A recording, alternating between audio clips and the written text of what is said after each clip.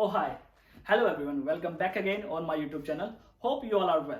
तो आज का वीडियो होने वाला बहुत स्पेशल क्यों होने वाला। आज की वीडियो में हम बात करने वाले हैं पैकिंग के बारे में। जब अपनी होम कंट्री से आप यूके में आते हैं तो आपको क्या क्या पैक करके लेके आना चाहिए।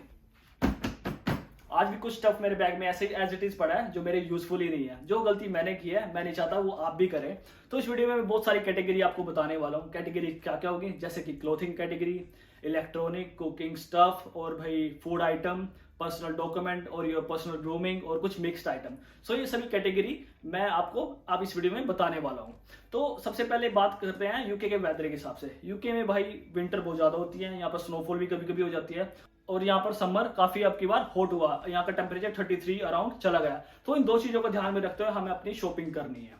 वीडियो शुरू करने से पहले मैं आपसे एक क्वेश्चन पूछता हूँ। भैया एक ऐसा कलर है यहाँ पर जो बच्चे से लेके बूढ़े तक वो सभी डालते हैं। उनके पास हर उस कलर की हर एक चीज होगी, जैसे कि jacket, shirts, pants, boot. But इससे कॉमन कलर अगर आप गूगल करेंगे तो आपको गूगल से नहीं मिलेगा, वो मेरे पर्सनल एक्सपीरियंस है। ये चीज मैं आपको वीडियो के लास्ट में बताऊंगा।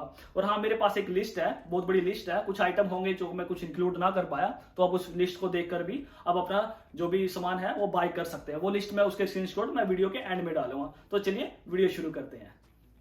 तो सबसे पहले हम बात करते हैं अपनी फर्स्ट कैटेगरी की। तो फर्स्ट कैटेगरी हमारी होने वाली है इंपॉर्टेंट डॉक्यूमेंट्स। तो डॉक्यूमेंट में आप क्या क्या लेके आ सकते हो, जैसे कि 10th सर्टिफिकेट, 12th सर्टिफिकेट और अपनी डिग्री।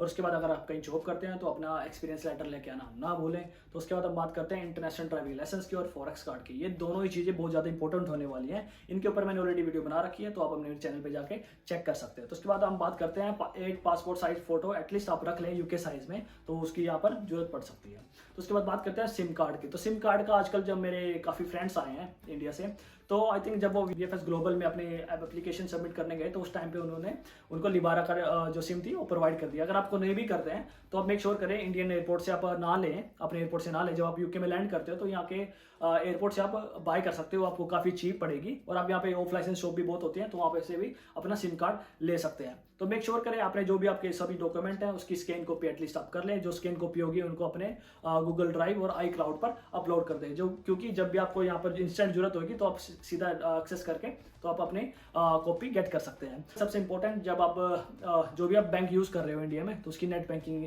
एटलीस्ट लेके आए, तो उसे आप अपने इंडियन बैंक से जुड़े रहें, क्योंकि आपको उसकी भी जरूरत पड़ने वाली है। तो ये था मेरा वीडियो फर्स्ट कैटेगरी वाला। तो आप शुरू करते हैं सेकंड कैटेगरी। हम बात करते हैं सेकंड कैटेगरी की। तो सेकंड कैटेगरी हमारी होने वाली है क्लोथिंग। तो क्लोथिंग में आप क्या ले आ सकते हो, तो मैं रिकमेंड करूंगा आपके पास 5 to 6 पेयर ऑफ जीन्स होना चाहिए। तो जीन्स में आप अपना स्टाइल लेके आ सकते हो जो आपको डालना पसंद है, जैसे आप जोगर डालते हो, जो भी डालते हो। तो 5 to 6 पेयर ऑफ जीन्स।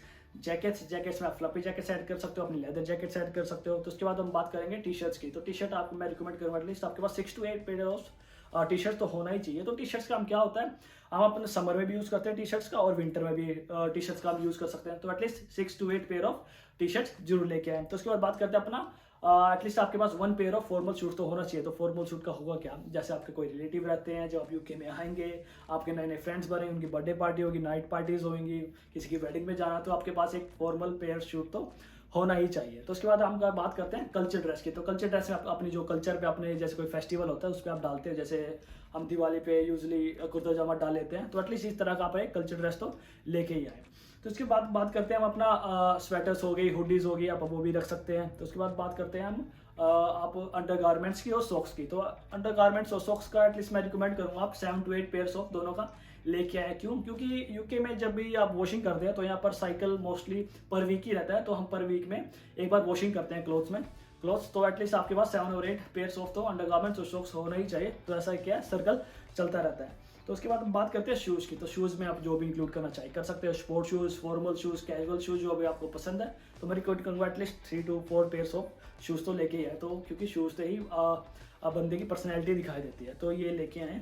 तो उसके बाद हम बात करते हैं 1 पेयर ऑफ स्लीपर्स हो गया और फॉर्मल्स हो गया। तो फॉर्मल में मैं ऐड करना चाहूँगा फॉर्मल पैंट्स, फॉर्मल शर्ट्स और फॉर्मल शूज़। ये जरूर लेके आए, एटलीस्ट 1 पेयर लेके आए, या उससे ज़्यादा भी लेके आ सकते हो अपने हिसाब से। क्योंकि क्या होता क्या है, जब आप यूनिवर्सिटी में जाएंगे, कोई आपको प्रेजेंटेशन देने, तो अपना फॉर्मल ड्रेस डालकर आप प्रेजेंटेशन दे सकते हैं। जब आप जॉब सर्च करोगे कि इंटरव्यू देने जाओगे तो आप फॉर्मल पेयर उस टाइम पे भी डाल सकते हैं। तो उसके बाद हम बात करते हैं आपके पास 1 लार्ज टॉवल लेके आए, 1 बेडशीट, 1 पिलो कवर लेके आए। और आप विंटर क्लोथ में जैसे क्या हो गया, आप एक कैप्स हो गई, विंटर ग्लव्स हो गए और मफलर्स हो गए, तो इस टाइप के भी एसेसरीज आप लेके आ सकते हो, क्योंकि यूके में विंटर बहुत ज़्यादा होती है जैसे मैंने पहले बताया। और समर्स में होता क्या है, या यूजुअली बॉयज़ हो गए और गर्ल्स हो गए तो शॉर्ट्स ज़्यादा प्रेफर करते हैं समर में, तो टी शर्ट्स और शॉर्ट ज़्यादा डालते हैं। एटलीस्ट मैं रिकमेंड करूँ 2-3 शॉर्ट्स तो लेके ही आए, अगर नहीं भी लेके आए तो आपको यहाँ पे भी चीप प्राइस में मिल जाएंगे। तो ये थी मेरी क्लोथिंग कैटेगरी। तो हम शुरू करते हैं नेक्स्ट कैटेगरी। तो नेक्स्ट कैटेगरी हमारे होने वाली है इलेक्ट्रॉनिक्स। तो इलेक्ट्रॉनिक में सबसे पहला आइटम होगा यूके अडेप्टर। तो जब मैं इंडिया से यूके आया था तो मैंने अमेजोन से बाई किया था, ये थिंक अराउंड 100 to 150 रुपीज़ का मुझे पड़ गया था। तो अपना यूके अडेप्टर जरूर लेके आए। तो सेकंड थीम हम बात करेंगे लैपटॉप की। तो लैपटॉप की यहाँ पर बहुत ज़्यादा जरूरत होने वाली है। जब आप यूके में आएंगे तो आपको जॉब सर्च आउट करनी है, अपने रिज्यूमे बिल्ड करना है, एनआई अप्लाई करना है, बैंक्स ओपन करने हैं, और भी बहुत सारी चीज़ें होने वाले हैं तो जो आप लैपटॉप से इजीली कर सकते हैं। तो मैं प्रेफर करूंगा आप अपना लैपटॉप जरूर लेके आए यूके में।